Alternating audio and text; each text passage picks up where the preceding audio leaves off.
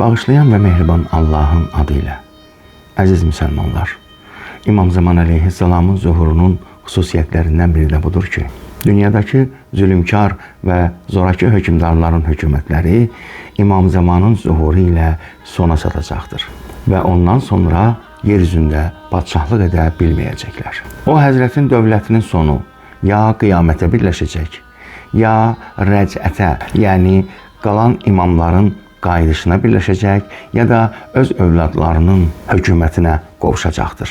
İmam Sadiq Aleyhisselam öz zamanında dəfələrlə bu kəlmələri söyləyərmiş. Hər bir tayfanın öz hökmranlığı vardır ki, onların sonunda intizarında olarlar.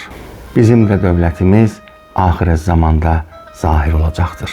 Mehdi Aleyhisselamın zuhuru haqqında hədisləri həm Şiə, həm də Sünni alimləri öz kitablarında təvatür halında, yəni həddindən çox və qəbul edilmiş bir formada gətiriblər. Peyğəmbər Əkrəm buyurmuşdur: "And olsun o Allaha ki, canım onun qüdrətinin əlindədir." Məryəm övladı olan İsa'nın səmadan enəcəyi vaxt yaxınlaşır. O, ədalətli bir hakim olacaqdır.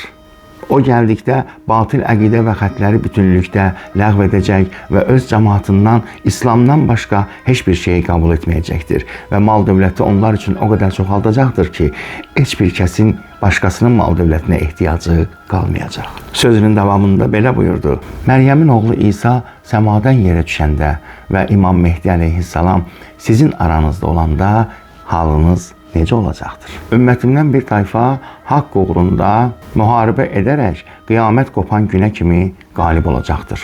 Sonra İsa Aleyhisselam gəldikdə onların əmri deyəcək ki, gəl sənin arxanda namaz qılaq.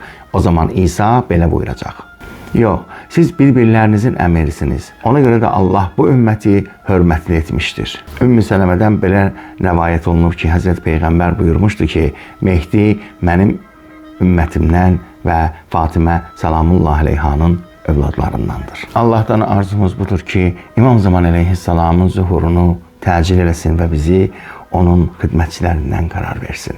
Amin.